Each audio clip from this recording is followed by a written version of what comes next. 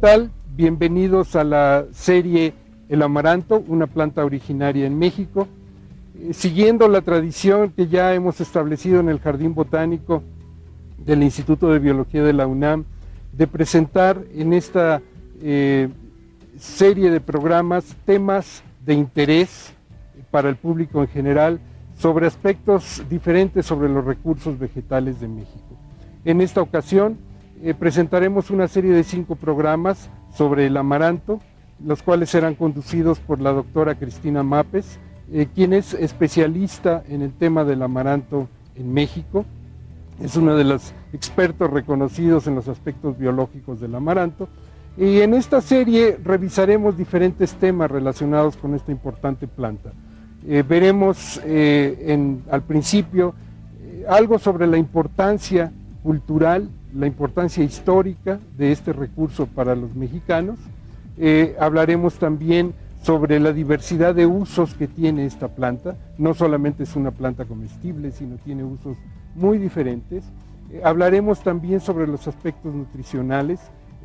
Todos sabemos que el amaranto es una planta que es una excelente fuente de proteína, pero también desde el punto de vista nutricional es una planta muy importante por otros compuestos que contiene, que son importantes para la alimentación humana.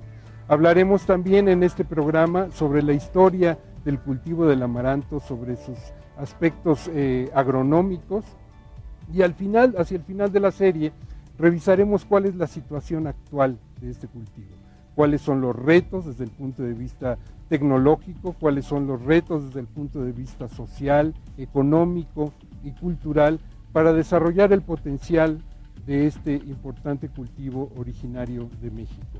En esta serie, la doctora Mápez tendrá como invitados a especialistas reconocidos en estos temas de muy diferentes instituciones, no solamente del Instituto de Biología de la UNAM, sino también de otras dependencias universitarias como el Instituto de Investigaciones Antropológicas.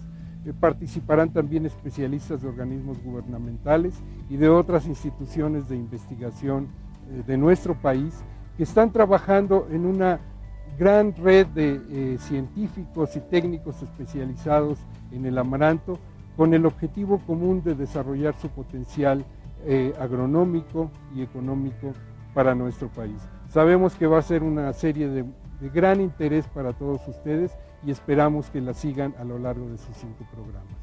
Muchas gracias.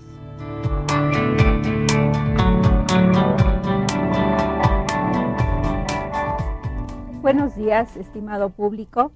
Daremos inicio al primer programa de esta serie, cuyo objetivo el día de hoy es dar a conocer cómo el amaranto es una planta con una gran tradición cultural desde tiempos prehispánicos hasta la actualidad.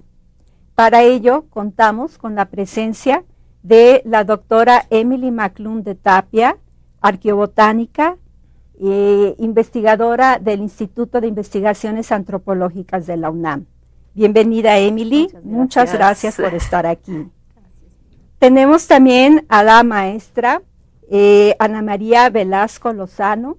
Ella es etnóloga con una maestría en antropología por la UNAM, y ella es investigadora en la Dirección de Etnología y Antropología Social, el DEAS, que pertenece al INAH. Bienvenida, Ana María, muchas gracias por estar con nosotros. Y por último tenemos al maestro Samuel Villela Flores. Él es etnólogo, es profesor investigador de la Dirección de Etnología y Antropología Social del DEAS, que pertenece al INAH. Muchas gracias, Samuel, por acompañarnos el día de hoy. Estimado público, les queremos decir que este es un programa abierto. Nos interesa muchísimo su participación. Para nosotros, el que usted nos haga preguntas, comentarios e incluso enriquezca nuestro conocimiento es de gran interés para este programa. Los teléfonos estarán pasando a lo largo de todo el programa y por favor comuníquese con nosotros.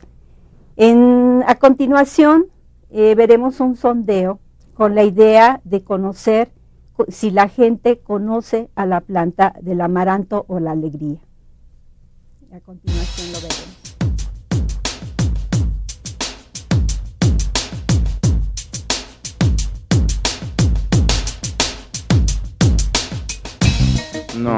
No la conozco.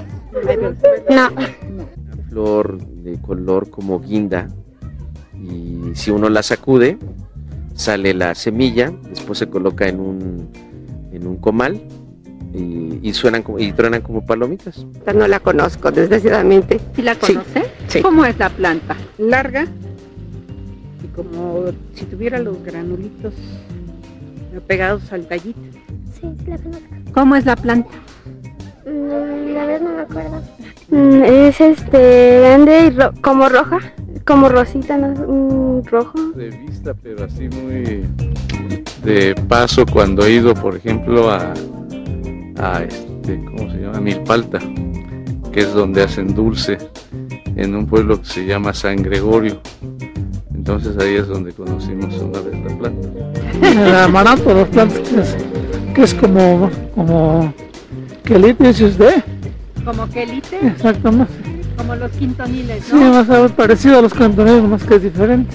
Y es como si fuera, es una planta como arbusto que tiene terminales así, y es donde crecen las semillitas de la alegría, ¿no?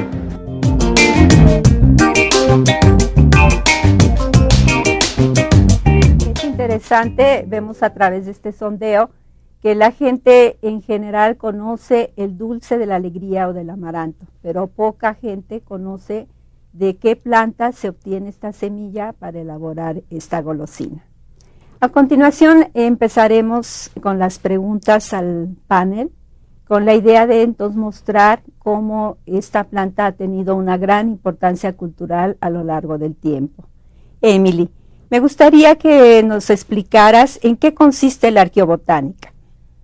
Gracias, Cristina, y me da mucho gusto estar aquí con ustedes.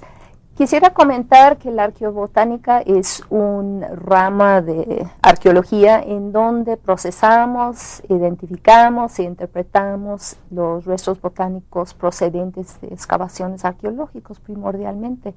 Estos materiales generalmente se encuentran fragmentados, carbonizados, no están en su estado natural. Por lo tanto, hay ciertas dificultades en poderlos identificar. Tenemos que conocer muy bien la morfología de las plantas modernas, las mismas especies, para poder identificar los materiales carbonizados. Otro aspecto que quisiera comentar es respecto a lo que llamamos paleoetnobotánica, que realmente es el estudio etnobotánico de las plantas antiguas. Realmente el nivel de interpretación que procuramos obtener a través del análisis de los materiales arqueológicos resulta en un enfoque paleoetnobotánico, porque lo que nos interesa a final de cuentas es saber qué plantas usaban las poblaciones antiguas y cómo, en la medida que sea posible, cómo los utilizaron. Y esto adquiere gran importancia ya que México es un centro de origen de la agricultura, Sí, ¿no? sí, Entonces, es fundamental poder eso. reconocer todos estos recursos desde aquellas épocas. Sí, y en realidad el registro arqueológico es la única fuente para este tipo de información. Gracias, Emily. Ana María, entraríamos a la parte etnohistórica. A través de todas las fuentes históricas y los códices principalmente, conocemos que el amaranto o alegría jugó un papel muy importante desde tiempos prehispánicos. ¿Nos podrías explicar para los mexica qué era y qué significaba el término huautli y zuali?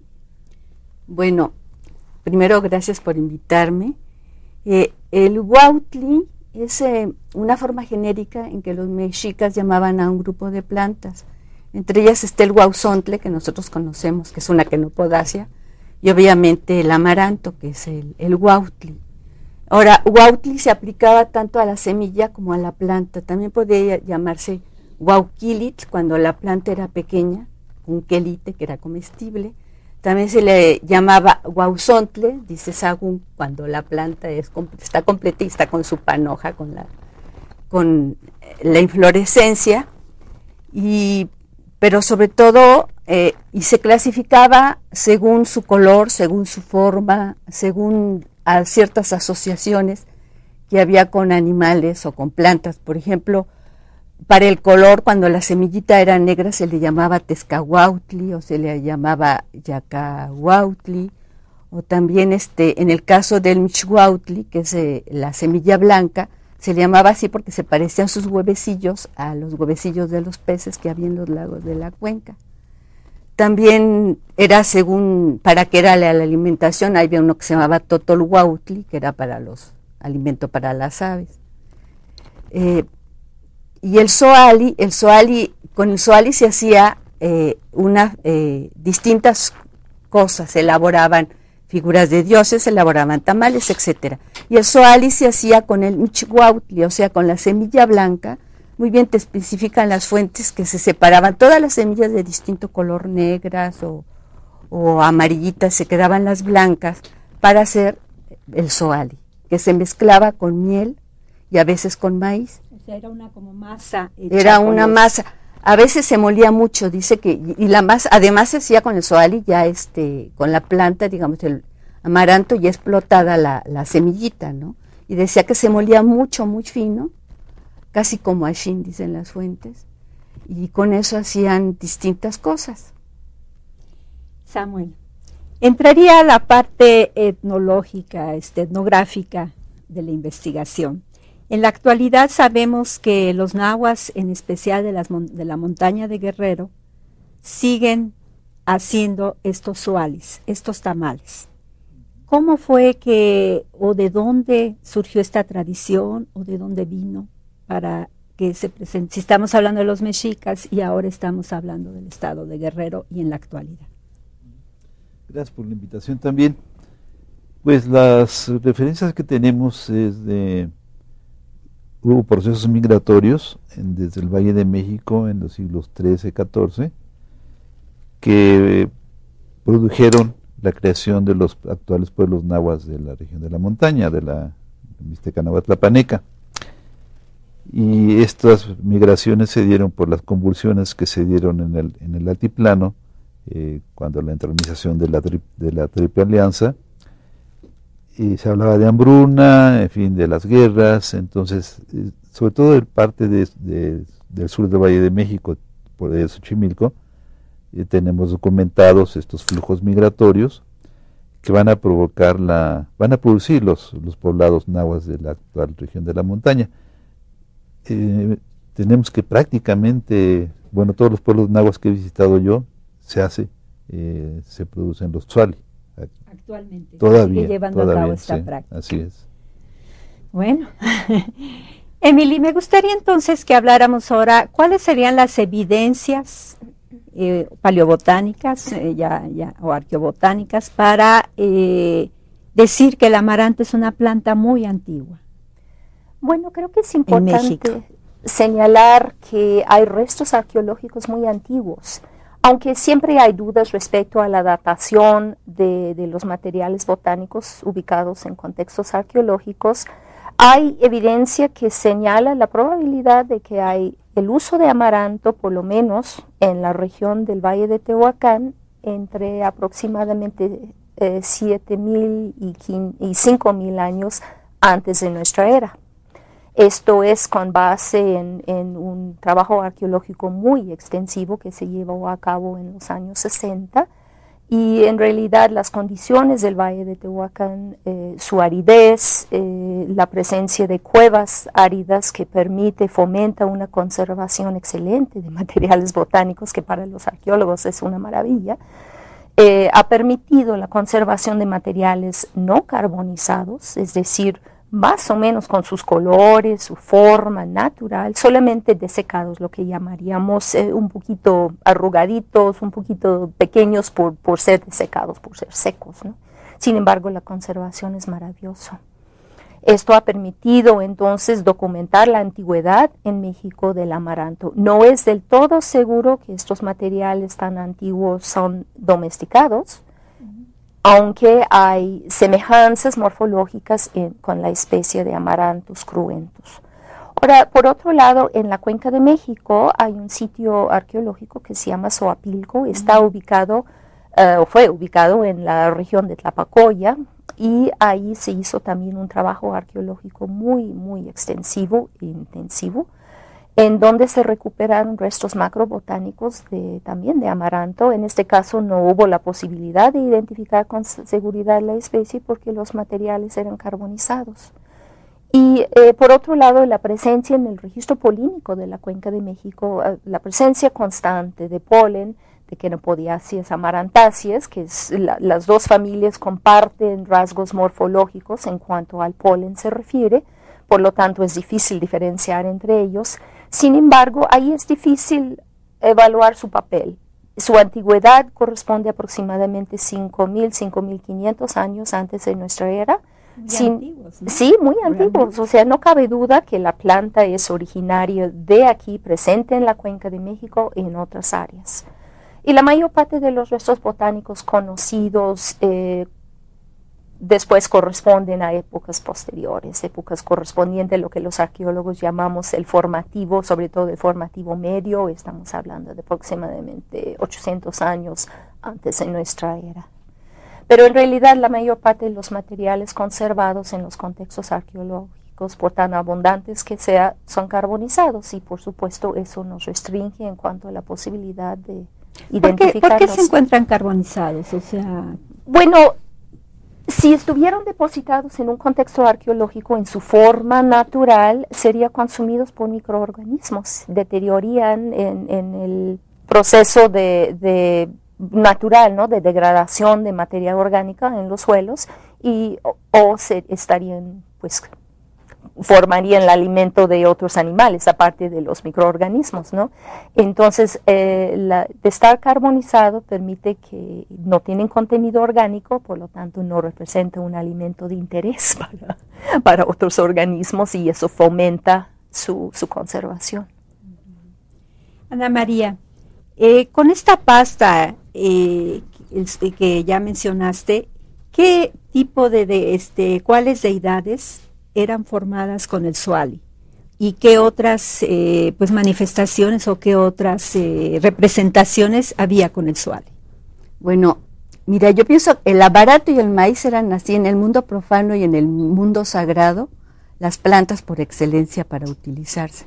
Entonces, en el caso del amaranto y hacer las figuras de los dioses con el Zoalli, que es esta masa maleable, se podían hacer figuras grandes, chicas,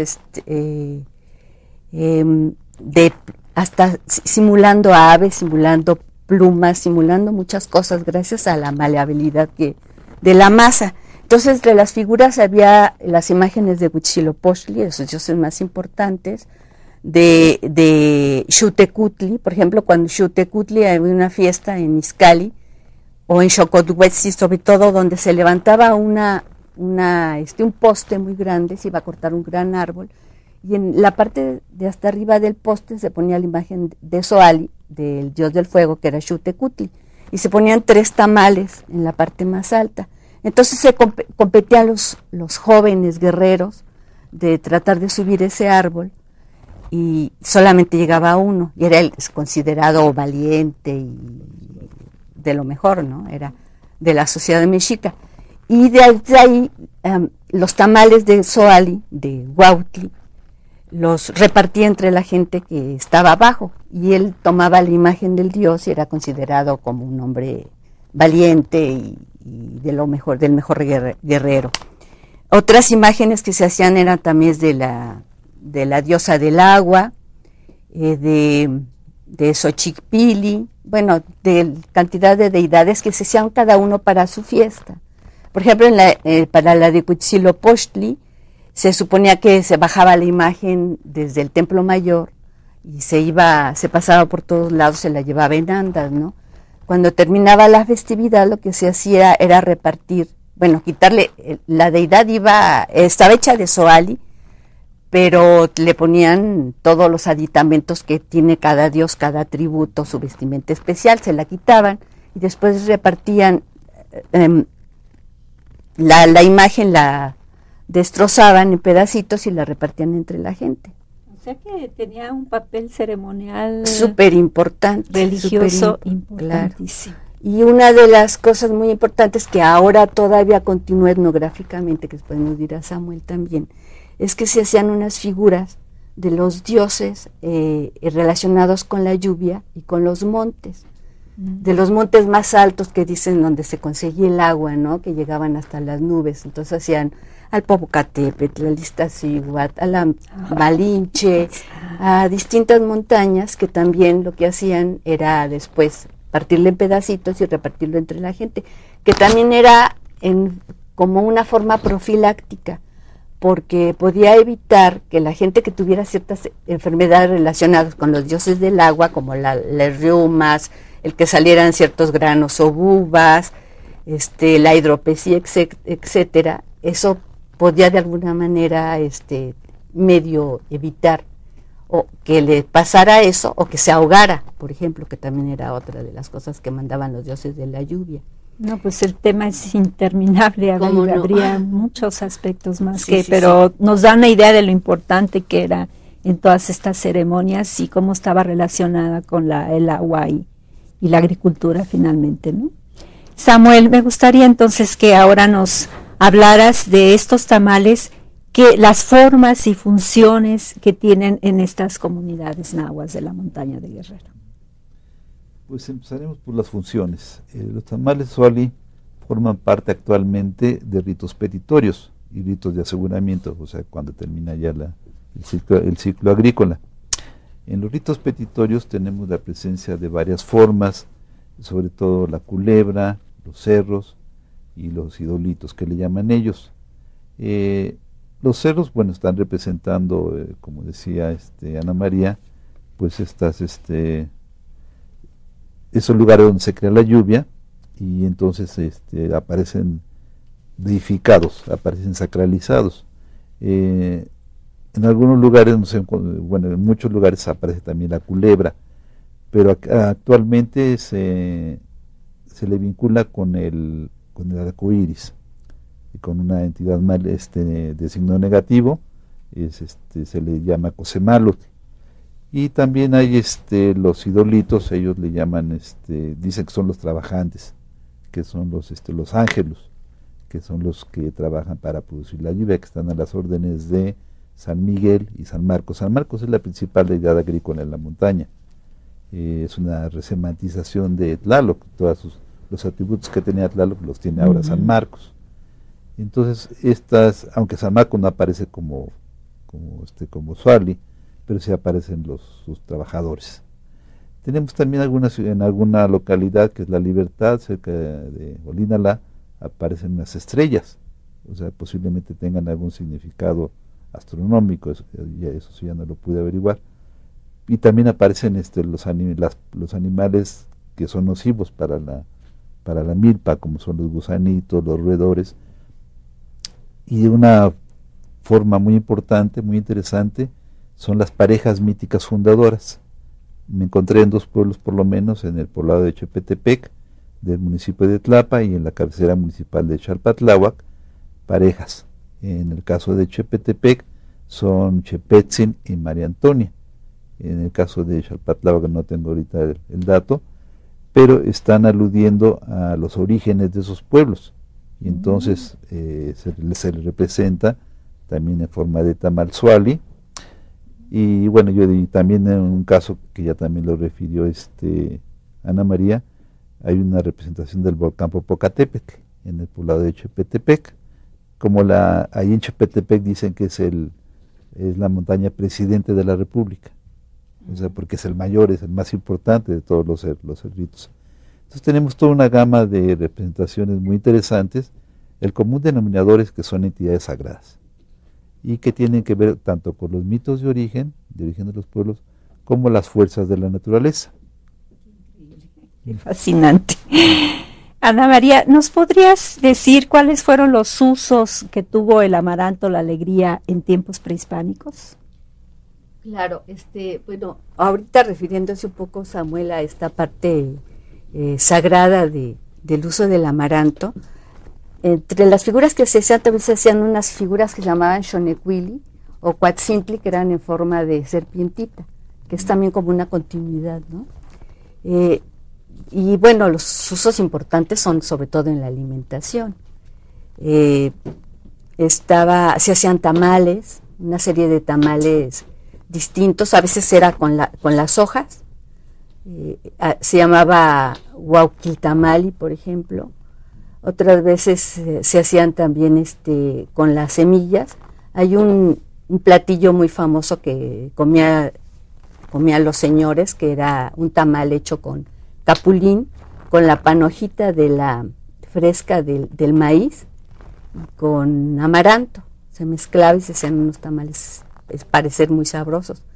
También se preparaban potajes con el amaranto joven, con el quelite, ¿no? El quintonil.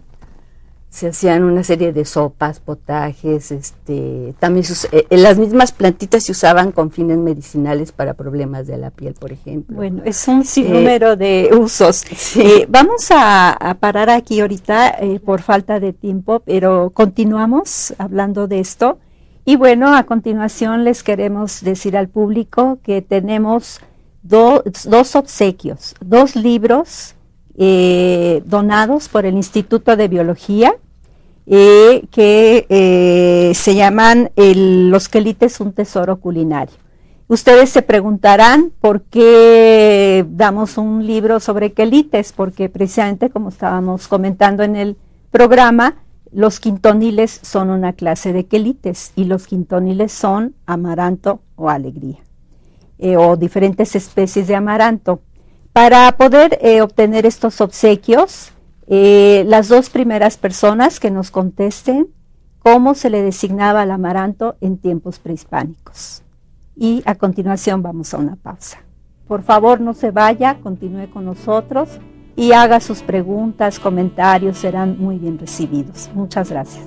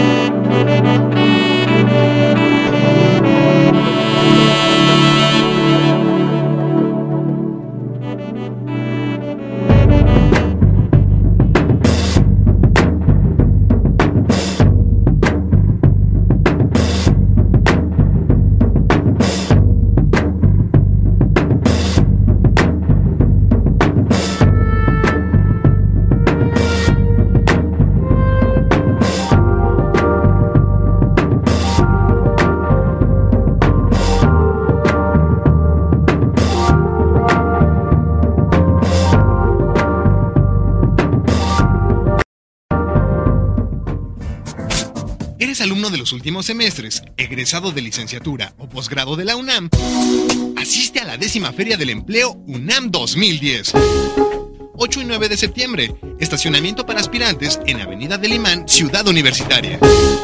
Regístrate en www.dgose.unam.mx www.dgose.unam.mx. ¡Te esperamos!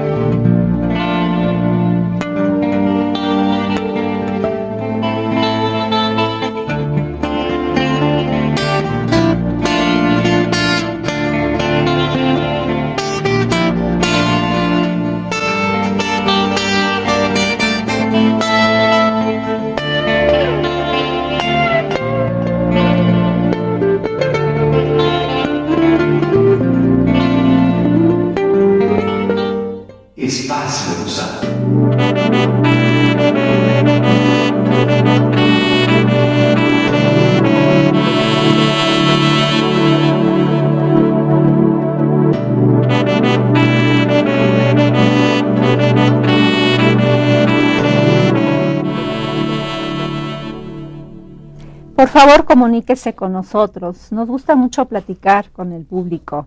De hecho, hemos recibido algunas preguntas y bueno, daré contestación a una de ellas. La pregunta es si el amaranto se puede cultivar desde el punto de vista de hidroponía. Sí, en el Jardín Botánico se está dando un curso sobre hidroponía y la maestra Araceli, que es la que da el curso, Araceli Zárate, ha experimentado ya con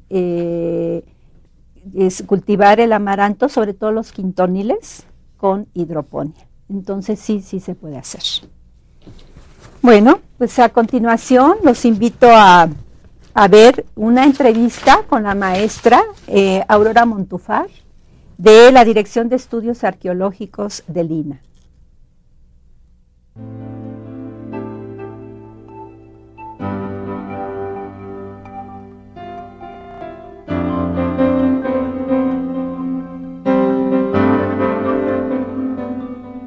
Mira, el amaranto se utilizó mucho como alimento, desde luego, pero también fue un sujeto de uso, en las fiestas rituales, especialmente en las veintenas.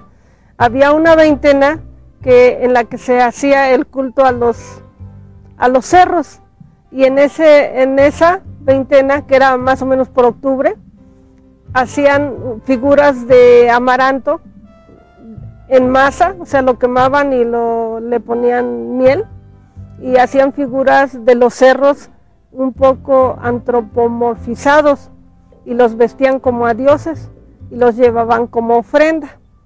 Se supone que era porque consideraban a los cerros como recipientes de agua, como lugar donde se hacen las nubes y donde se crea la lluvia, y era pues la casa de los dioses de la lluvia y de los mantenimientos, de Tlaloc y de Chicomecoatl.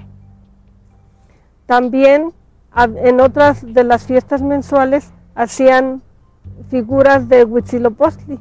Había una donde hacían a Huitzilopochtli del tamaño de un hombre, y esta figura era de amaranto, y le llamaban, al amaranto en masa le llamaban Suali, y sacrificaban a las figuras y después las consumían como alimento divino. La literatura y algunos etnógrafos piensan que se tiene que morir para vivir.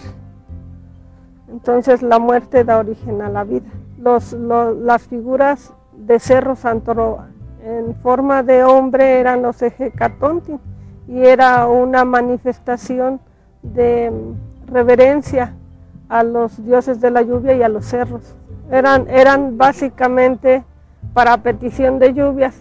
Bueno, se asume que es de eso, porque en el Templo Mayor las ceremonias son con muchos otros objetivos, porque era el centro, el centro del poder político, social y religioso de los mexicas.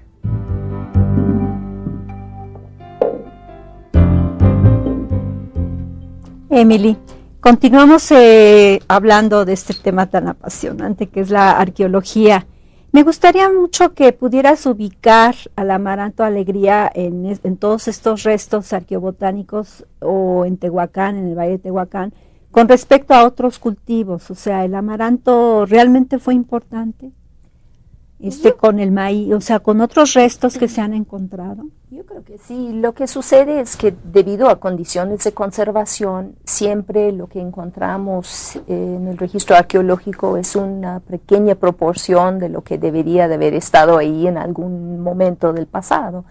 Por lo tanto, sí encontramos en muchas instancias, incluso en algunos contextos de actividades domésticas, áreas de fogón, áreas de almacenamiento, la presencia de amaranto, de maíz, de calabaza y de frijol. Varía mucho, varía en función de dónde el arqueólogo seleccionó para realizar su excavación, como mencioné, las condiciones de conservación. muchas condiciones realmente afecta lo que encontramos como arqueólogos y sobre todo con respecto a los restos botánicos.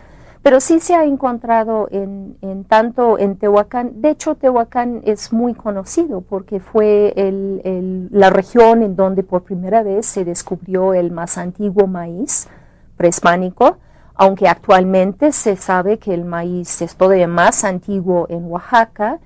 Su origen se dio probablemente en la región de la depresión de Balsas, en la zona de Guerrero. No hay restos arqueobotánicos muy contundentes de Guerrero, pero bueno, hay muchas razones por eso, entre otras cosas por la falta de investigación arqueológica hasta relativamente reciente. En estas cuestiones, o sea, hay mucha investigación arqueológica, pero es un tema, todo lo que es la arqueobotánica es un tema que no ha interesado a mucha gente hasta relativamente recientemente. Entonces, hay muchos lugares que han sido explorados en donde no hay evidencia, porque no fue recuperado en su momento, por muchas razones. Pero bueno, hay una evidencia muy clara, ¿no? de las plantas domesticadas primordiales, ¿no? El amaranto es una planta secundaria en ese sentido, no porque fue menos importante, sino porque no tenemos tanta evidencia. Entonces yo dejaría la puerta abierta a la posibilidad que tuviera una importancia mucho mayor. Sin embargo, necesitamos mucho más investigación para poderlo demostrar. Es frecuente, muy frecuente en los sitios a partir del formativo medio hacia la época, el inicio de la época colonial. Y por otro lado, no hay muchos restos botánicos, entre otras cosas, porque si se comía, por lo menos en algunas instancias, el quelite, o sea, la planta inmadura, el quintonil, pues no va a haber ni polen, ni semillas, y por otro lado, cuando se come ya madura, también se come la semilla. Entonces, en un momento dado hay buenas razones para no encontrarlo en el registro arqueológico, pero desafortunadamente estas circunstancias dificultan las posibilidades que tenemos de plantear una interpretación mucho más profunda sobre su historia. ¿Y tú qué piensas, Emily? ¿Primero se consumió como verdura, como quintoniles, o desde un inicio fue la semilla? Yo creo que quintoniles, ¿no? O sea, yo creo que la producción de semilla requería un manejo, una manipulación, que si bien, bueno, hay mucha discusión en torno a si eso es realmente domesticación, pero de cualquier forma, para tener una alta productividad requería un cuidado intensivo a la planta. Entonces, a mí me parece lógico suponer que su utilización inicial fue como verdura, pero ¿cómo lo demostramos? O sea, en realidad, salvo que pudiéramos hacer analogía con casos etnohistóricos y etnográficos, realmente las limitaciones del registro arqueológico son muchos en ese sentido. Pero eso es lo interesante, ¿no? Cómo a partir de disciplinas como la arqueología en el pasado podemos ir al presente con la etnobotánica, la etnografía, la antropología, ¿no? Claro. Ana María, si el amaranto fue un cultivo tan importante, ¿por qué desapareció? ¿Qué fue lo que sucedió de acuerdo a las fuentes históricas? ¿Qué evidencias tenemos? Bueno, ya ves que como he explicado, su uso ritual fue tan importante.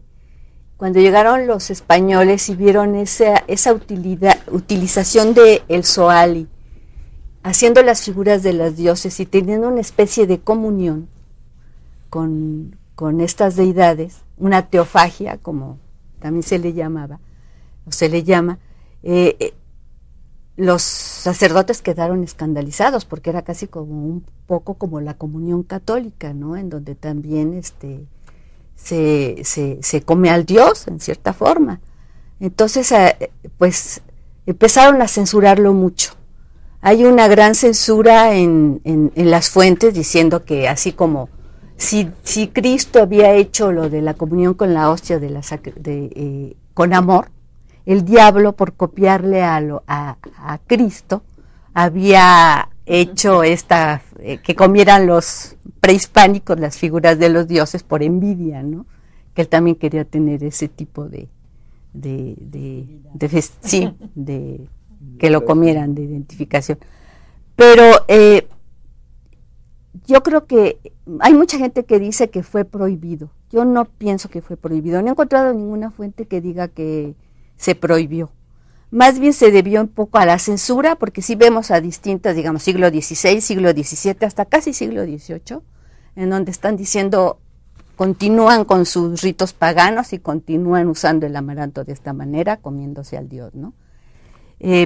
Yo creo que más bien bajó un poco su cultivo debido a que murió 70% más de la población.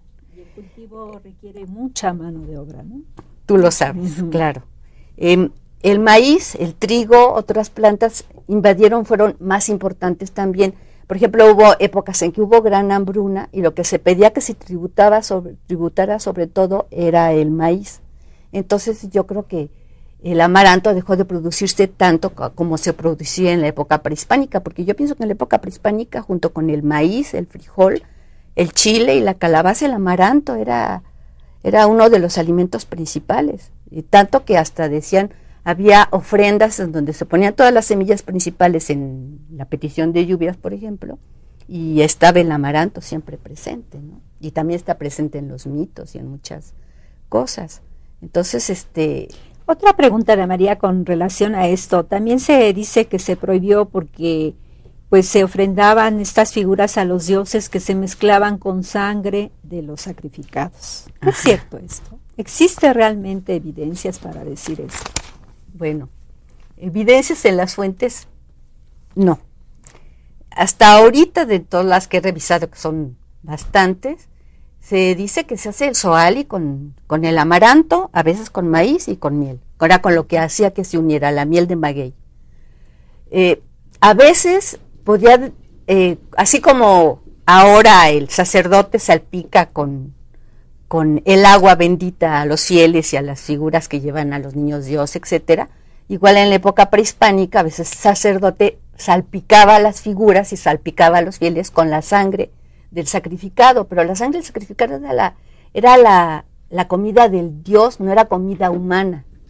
Entonces no se hacían. Ahora entre los totonacos, según cuentan algunas motolinia o las casas, ellos dicen que sí se hacían unos brebajes con todas las semillas, no nada más con el amaranto, sino con todas las semillas que en ese momento se cosechaban, entre ellas el amaranto, y se mezclaban con sangre. Pero es una sola fuente y está en una sola región, de donde no tenemos mucha información histórica, ¿no? O sea, todo lo que estamos platicando nos indica pues que hay que hacer todavía muchísima investigación con respecto al amaranto. Samuel, me gustaría entonces que hablaras cuál es la función social, qué papel está jugando todo lo que nos mencionaste en estas comunidades de la montaña de Guerrero con todo este uso de estas figuras, y cuál es la función social, qué papel está jugando en las comunidades, que se sigan manteniendo todas estas pues creencias, actividades, prácticas.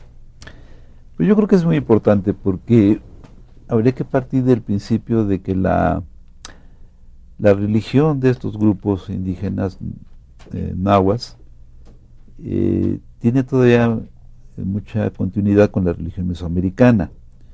El hecho de que pueblos enteros, grandes grupos, se dirijan a la cima de los cerros, a las cuevas, a realizar sus ritos petitorios, nos está hablando de una religiosidad muy antigua, muy sólida. Yo me acuerdo que la primera referencia que vi de los tzuali fue el libro de Maurilio Muñoz de la Mixteca Nahuatlapánica, que se editó en el 1963, y hay una pequeña referencia a la culebra que se hace en La Libertad. Maurilio dice que se hace una culebra muy grande y que después la sacrificaban simbólicamente y se repartía entre toda la población.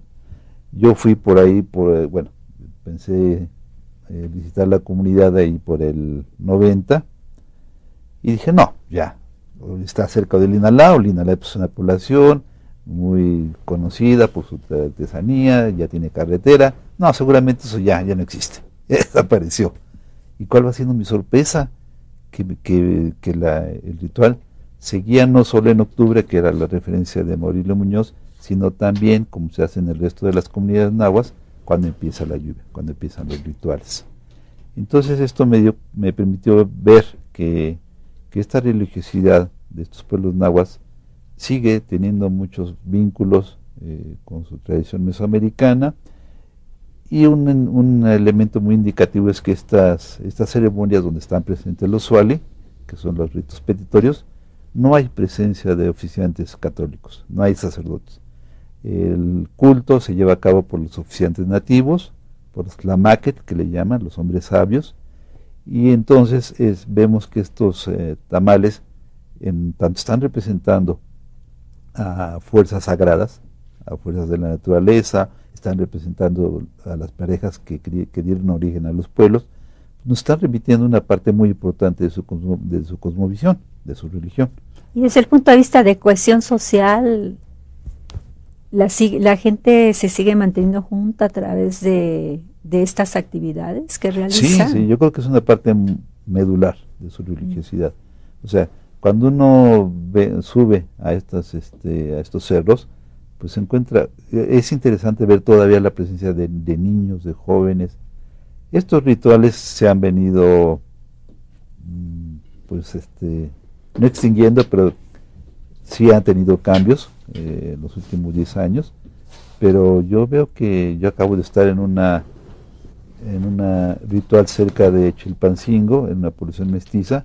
Ahí no hacen suali, no son nahuas, pero sí veo que sigue habiendo una gran presencia de gente, y entre los pueblos nahuas estamos hablando de tradiciones, yo supongo, milenarias, claro. O sea, porque quizás esta tradición de nahua de los mexica a lo mejor tenía antecedentes, pero bueno, por lo menos de 500 años para acá sabemos que esa tradición existe y se sigue presentando en estos pueblos. A continuación veremos la segunda parte de la entrevista.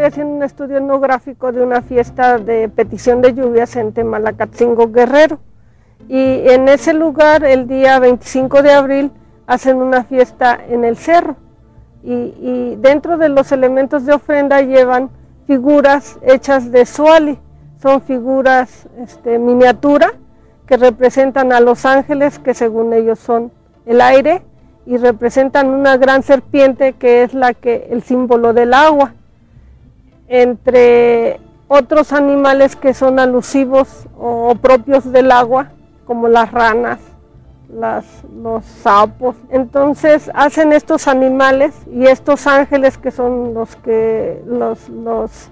emisarios del viento, en masa, y los sacrifican, igual como la literatura lo manifiesta para la época prehispánica, y después se los comen. Pero antes de comérselos les quitan los ojos para estar seguros de que están muertos, y son su alimento divino, y son, como son elementos que fueron ofrendados a la cruz, tienen cierta connotación sagrada. Hay cierta continuidad de las tradiciones rituales prehispánicas, pero ya están reelaboradas con la influencia católica. Es una manifestación de que la cultura nahua ha permanecido, continúa, a pesar de haber sido devastada en la época de la colonia, y la gente campesina, que está ligada estrechamente con su medio natural, sigue pensando en que los factores meteorológicos son los que van a definir su ambiente y van a proporcionarle el temporal para la buena cosecha y el sustento.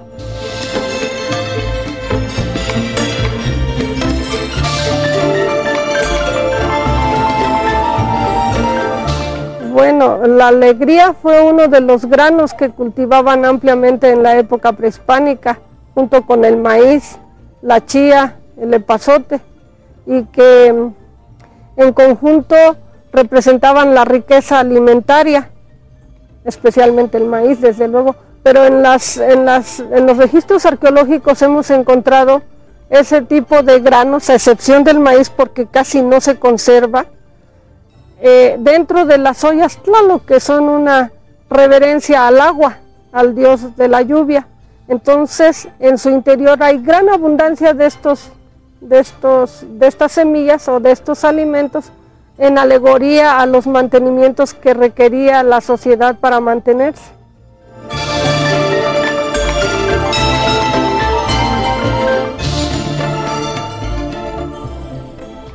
Bueno, hemos recibido ya la respuesta de los ganadores. Emma Guerrero Pelayo contestó y el término es que pedimos, como se denominaba el amaranto alegría, es Huautli. Y Rodolfo Padrón Olvera, que también gana el libro, y bueno, él dijo Yautli, es Huautli, pero bueno, los dos son los ganadores del libro. También tenemos varias preguntas que ahorita al final del programa trataremos de contestar, y si no, bueno, me las llevo yo y contesto ya sea por correo o con los teléfonos que están aquí puestos. Antes de terminar el programa, sí me gustaría que también hablaras un poco sobre el papel del amaranto como tributo. Aunque bueno, sea ya muy breve, puesto sí, que estamos a punto de terminar. Bueno, en la época prehispánica, como todos los alimentos, también se tributaban, y había 4 alimentos principales que sí. Bueno, el maíz, el frijol, el amaranto y la chía. Entonces, todas las 17 provincias tributarias, de las provincias tributarias, 17 mandaban amaranto a la zona mexica, está en los códices, y también en los códices coloniales también está el tributo que se daba todavía en la época colonial. Entonces también si se tributaba en la época colonial amaranto, ¿cómo se iba a prohibir el amaranto, no? Sí, sí, claro. Emily, me gustaría que un poco así, aunque sea muy breve, nos explicaras cuál es la metodología, el trabajo tan intenso que se lleva después de tener esos restos arqueológicos, que bueno, es todo el trabajo de campo. Después, ¿qué haces con todo eso en el laboratorio?